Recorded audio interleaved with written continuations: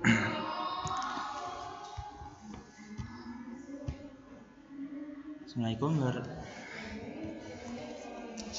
warahmatullahi wabarakatuh. Perkenalkan, nama saya Rafael Anggara Dewa, Garis Sistem Informasi dengan NIM 24.01550005. Di sini saya akan mempresentasikan tentang sistem pendukung keputusan, seleksi calon pendonor darah prioritas, berbasis OLAP dan metode simple additive weighting SAW dengan pendekatan multi kriteria dinamis.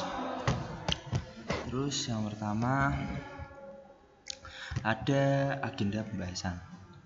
Agenda pembahasan pada presentasi ini terdapat 6 pembahasan utama. Pertama, latar belakang penelitian, terus rumus masalah dan tujuan. Ketiga, tinjauan pustaka mengenai SPK, data warehouse, OLAP dan metode SAW. Terus keempat, metodologi penelitian. Kelima, hasil perhitungan dan pembahasan. Terakhir adalah kesimpulan dan rekomendasi pengembangan sistem. Terus kita ke slide 3, ada latar belakang.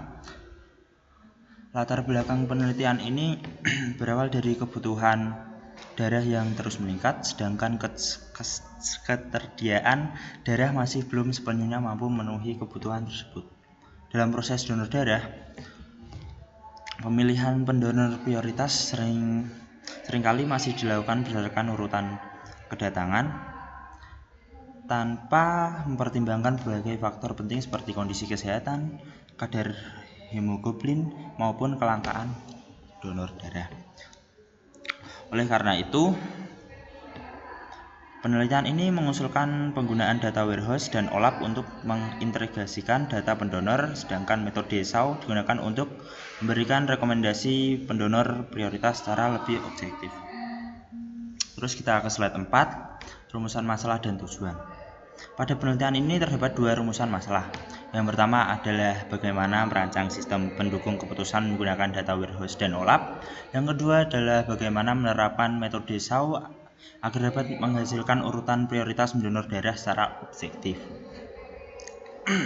Adapun tujuan penelitian ini adalah membangun sistem pendukung keputusan yang mampu membantu petugas unit transfusi darah dalam menentukan pendonor prioritas secara cepat, objektif, dan aktif. Terus lanjut ke tinjauan pustaka, SPK, data warehouse, dan OLAP. Pada slide ini jelaskan 3 konsep utama. Yang pertama adalah sistem pendukung keputusan atau SPK, yaitu sistem yang membantu proses pengambilan keputusan. Terus kedua adalah data warehouse, yaitu tempat penyimpanan data terpusat dari berbagai cabang unit transfusi darah. Sedangkan OLAP digunakan untuk menganalisis data dari berbagai sudut pandang sehingga menghasilkan informasi yang lebih mudah digunakan dalam pengambilan keputusan. Terus yang ketiga ada komponen tersebut kemudian dipadukan dengan metode SAW untuk menghasilkan rekomendasi pendonor terbaik. Terus kita lanjut ke metode simple additive weighting SAW. Metode yang digunakan pada penelitian ini adalah simple additive weighting atau SAW. Tahapan metode SAW dimulai dari menentukan alternatif, menentukan kriteria, memberikan bobot, menyusun matriks keputusan, normalisasi matriks, menghitung nilai preferensi perankingan alternatif. Ya, alternatif yang memiliki nilai preferensi ini akan menjadi rekomendasi utama. Terus ada metodologi objek dan data penelitian. Objek penelitian ini adalah proses seleksi calon pendonor darah prioritas di unit transfusi darah. Data yang digunakan merupakan data simulasi sehingga tidak menggunakan data pendonor yang sebenarnya. Terus data tersebut meliputi kadar hemoglobin, jarak domisili, interval donor terakhir, tekanan darah, berat badan, kondisi kesehatan, status golongan darah, dan frekuensi donor sebelumnya. Terus kita ke slide selanjutnya, alternatif dan kriteria penilaian. Pada penelitian ini terdapat 3 alternatif calon pendonor, yaitu Rangga Adriansyah, Budi Prasetyo, dan Citra Wulandari. Penilaian dilakukan berdasarkan 8 kriteria, yaitu kadar hemoglobin, jarak domisili ke UTD, interval donor terakhir, kestabilan tekanan darah, berat badan, kondisi kesehatan umum, kelangkaan golongan darah, dan frekuensi donor sebelumnya. Kriteria tersebut dipilih karena proses seleksi pendonor tidak cukup hanya berdasarkan urutan kedatangan, tetapi juga harus mempertimbangkan aspek kesehatan dan kebutuhan operasional unit terfrekuensi darah, transfusi darah. Terus kita ke slide selanjutnya, bobot kriteria. Setiap kriteria memiliki bobot yang berbeda sesuai tingkat kepentingannya. Ya, seperti kadar hemoglobin, berat badan, kondisi kesehatan, dan kelangkaan globulin darah diberikan. Bobot lebih besar karena berhubungan langsung dengan keamanan donor dan kebutuhan stok darah. Sedangkan kriteria lain seperti jarak domisili, interval donor, tekanan darah, dan frekuensi donor diberikan bobot pendukung. Terus ke slide berikutnya adalah matrik keputusan. Pada slide ini ditampilkan matriks keputusan yang berisi nilai setiap calon pendonor pada masing-masing kriteria dengan skala penilaian 1 sampai 5. Nilai tersebut diperoleh dari hasil simulasi berdasarkan kondisi masing-masing pendonor. Selanjutnya, matrik ini digunakan sebagai dasar dalam proses normalisasi menggunakan metode SAW. Terus, kita ke normalisasi dan nilai preferensi. Setelah proses normalisasi selesai, dilakukan perhitungan nilai preferensi sebesar 0,90. P3 memperoleh nilai 0,895, sedangkan P2 memperoleh nilai 0,83. Semakin tinggi nilai preferensi, maka semakin tinggi pula prioritas pendonor tersebut. Terus ke hasil perankingan prioritas pendonor. Berdasarkan hasil perhitungan metode SAW, diperoleh urutan prioritas pendonor. Peringkat pertama adalah Rangga Adriansyah dengan nilai 0,90. Peringkat kedua adalah Citra Wulandari dengan nilai 0,895. Sedangkan peringkat ketiga adalah Budi Prasetyo dengan nilai 0,83. Hasil ini menunjukkan bahwa metode SAW mampu menentukan pendonor prioritas secara objektif berdasarkan seluruh kriteria yang digunakan. Terus kita lanjut ke analisis hasil.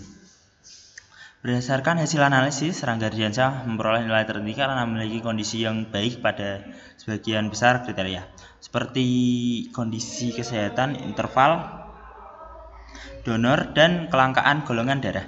Citra Wulandari berada di posisi kedua karena unggul pada beberapa aspek kesehatan, namun sedikit lebih rendah pada kadar hemoglobin dan jarak domisili. Sedangkan Budi Prasetyo memiliki keunggulan pada kadar hemoglobin dan berat badan, namun nilainya lebih rendah pada beberapa kriteria lain sehingga berada pada peringkat ketiga.